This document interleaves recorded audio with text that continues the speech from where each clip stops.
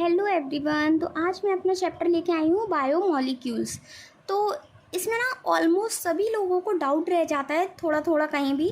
तो बच्चों के लिए ये बहुत ही ज़्यादा एक टफ चैप्टर मान लेते हैं इसको। तो चलिए अब हम इसको क्लियर करते हैं और इसकी दो पार्ट्स में वीडियो आएंगी। एक तो ये आज अपलोड हो जाएगी और एक या दो दिन में मैं अपलोड कर दूँगी जिसमें सारे एंजाइम्स होंगे बायोमॉलिक्यूल्स के। चलिए अब हम देखते हैं बायोमॉलिक्यूल्स की डेफिनेशन से स्टार्ट करते हैं। All carbon compounds living organism organic plus inorganic is called biomolecule. अब हम क्या करते हैं, एक लिविंग टिश्यू ले लेते हैं।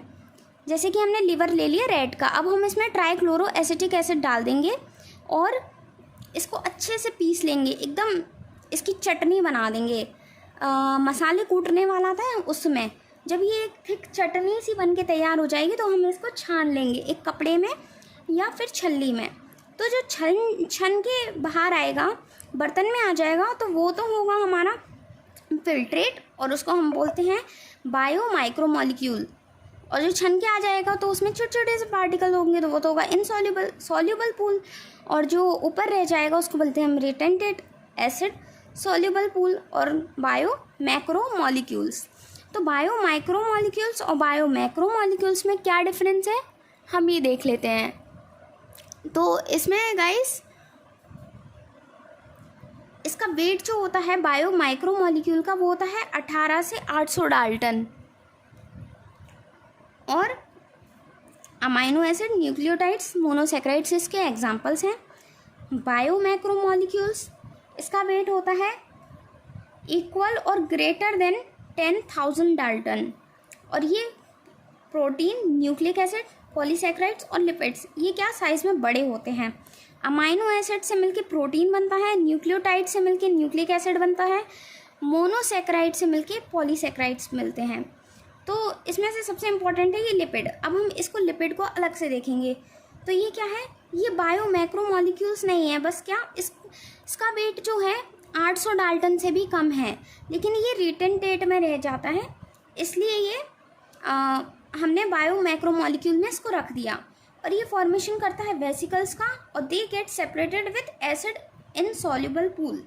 अब हम क्या करते हैं, एक लिविंग टिश्यू ले लेते हैं, उसको सुखा देंगे तो इसका जितना भी पानी वगैरह होगा वो सब रिलीज़ हो जाएगा और ड्राई टिश्यू बचेगा।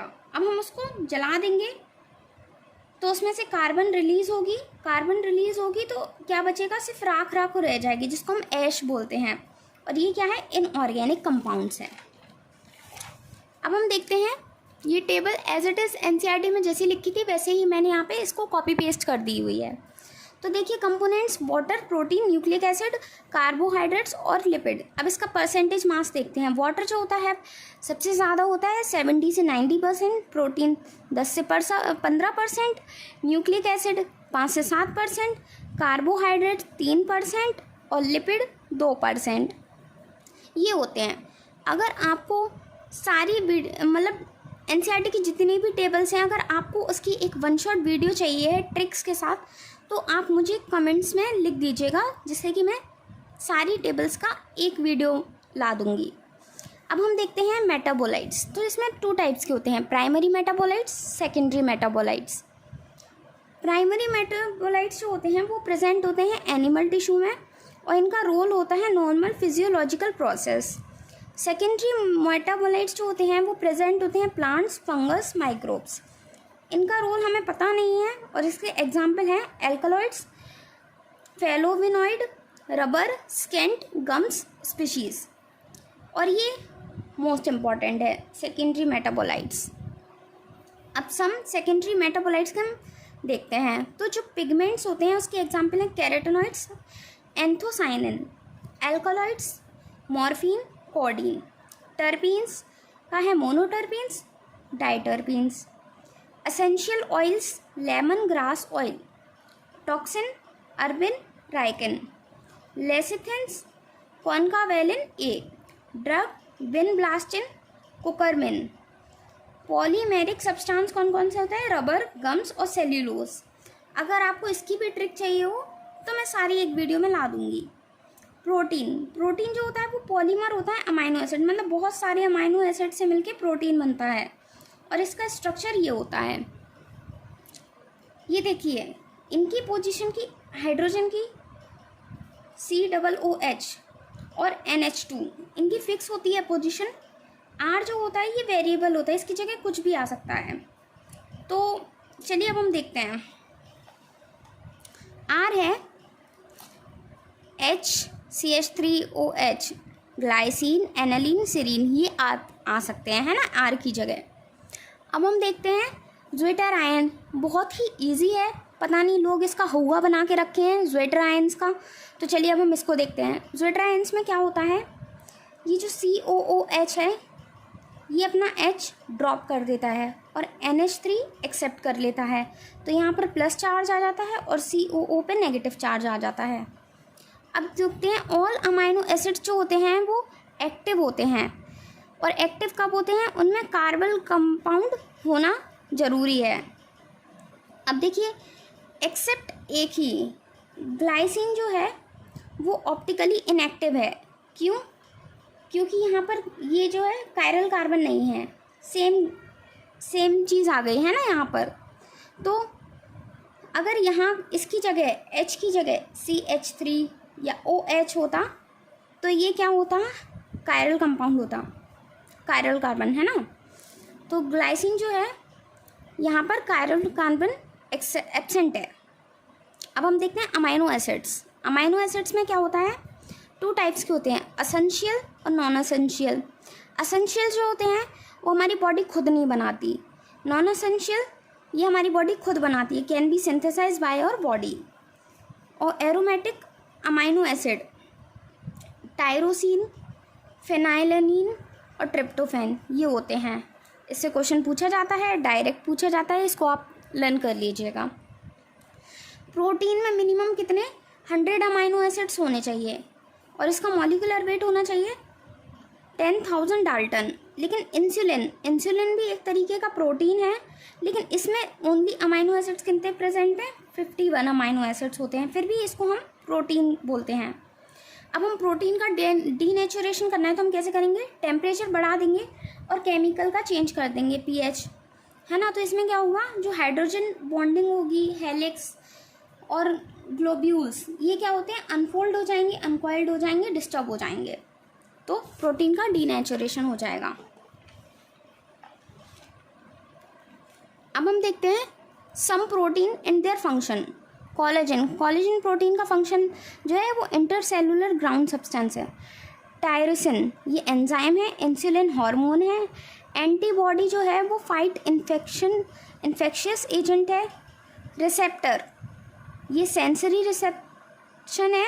और GLUT4 ये क्या है, enable glucose transport into cell, ये ग्लूकोज को ट्रांसपोर्ट करता है सेल्स में। अब हम देखते हैं लिपिड, 3 टाइप्स के होते हैं, फैटी एसिड, ग्लिसरॉल और फैटी एसिड प्लस ग्लिसरॉल ये भी होता है। तो अब हम तीनों को एक एक करके देखेंगे। फैटी एसिड जो होता है वो RCOOH, R जो होता है group have 1 to 19 carbon present होते हैं, है ना इसमें। और पाल्मिटिक एसिड जो होता है वो 16 कार्बन का होता है, और एराकोनाइड एसिड जो होता है वो 20 कार्बन का होता है, और इसमें इंक्लूड होता है ये वाला कार्बन भी। अब डबल बॉन्ड अगर एब्सेंट हो तो हम उसको सैचुरेटेड फैटी एसिड बोलते हैं, और डबल बॉन्ड प्रेजेंट हो तो उसको हम अनसैचुरेटेड फैटी एसिड बोलते हैं। ये ग्लिसरॉल का स्ट्रक्चर है। फॉस्फोरस कंटेनिंग लिपिड, उसको हम बोलते हैं फॉस्फोलिपिड, उसका एग्जाम्पल है लेसिथिन। फॉस्फोरस कंटेनिंग लिपिड को हम क्या बोलते हैं, फॉस्फोलिपिड, और उसका एग्जाम्पल है lecithin. Oils have low melting point, oil का जो मेल्टिंग पॉइंट होता है वो लो होता है फैट से। अब न्यूरल टिश्यू जो होता है have lipid with more complex structure. Carbohydrate में क्या होता है, हाइड्रोलिसिस होता है basis of monosaccharide, oligosaccharide, polysaccharide. Monosaccharide में कोई हाइड्रोलिसिस नहीं होता। ओलिगोसेक्राइड जो होता है हाइड्रोलिसिस होता है 2 से 10 यूनिट होती हैं, और पॉलीसेक्राइड में बहुत सारी यूनिट्स होती हैं।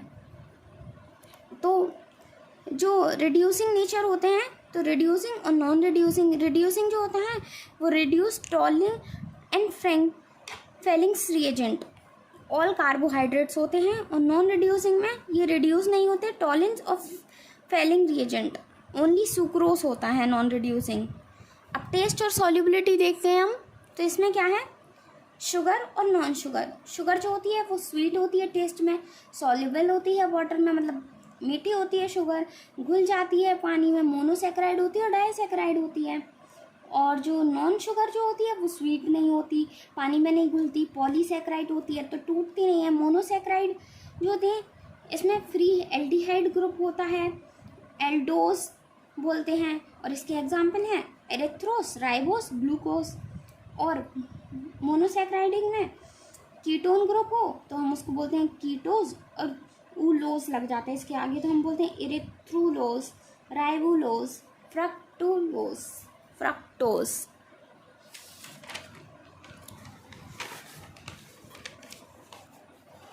अब हम देखते हैं पॉलीसेक्राइड।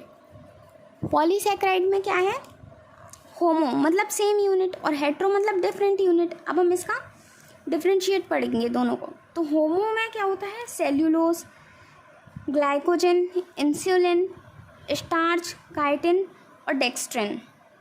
हेट्रो में क्या होता है, हेल्यूरोनिक एसिड, पेक्टिन, हेपेरिन, हेमीसेल्यूलोज। अब स्टार्च देखते हैं हम। स्टार्च जो होता है वो बना होता है अमाइलोस और अमाइलोपेक्टिन से मिलके। अमाइलोस जो होता है वो unbranch polymer of alpha glucose from 15 से 20% स्टार्च होता है ना अमाइलोस में, और अमाइलोपेक्टिन जो होता है वो ब्रांच पॉलीमर होता है अल्फा ग्लूकोज का, तो 85% स्टार्च होता है इसमें। अब हम पढ़ेंगे ग्लाइकोजन। ग्लाइकोजन को हम एनिमल स्टार्च भी बोलते हैं, और स्टार्च जो होता है स्ट्रक्चर सिमिलर होता है इसका अमाइलोपेक्टिन के, और ये प्रेजेंट होता है लिवर में, मसल्स में, ब्रेन में। सेल्यूलोज जो होता है प्लांट्स में मिलता है, मोस्ट अबंडेंट ऑर्गेनिज्म सब्सटेंस होता है प्लांट्स में। स्ट्रेट, क्योंकि सेल्यूलोज जो होती है वो प्लांट की सेल वॉल कैसे बन के बनी, सेल्यूलोज से बनी होती है। स्ट्रेट चेन होती है बीटा ग्लूकोज की। अब हम देखते हैं, अब हम डिफरेंस पढ़ते हैं स्टार्च में और सेल्यूलोज में। तो स्टार्च जो होता है इसका हेलिकल स्ट्रक्चर होता है। ये स्टार्च जो होता है वो होल्ड कर लेता है आयोडीन को, है ना, हेलिकल्स के बीच में ऐसे कुछ होता है, और इनमें वो कर लेता है ना होल्ड। तो स्टार्च होता है, आयोडीन जो होता है वो ब्लू कलर देता है।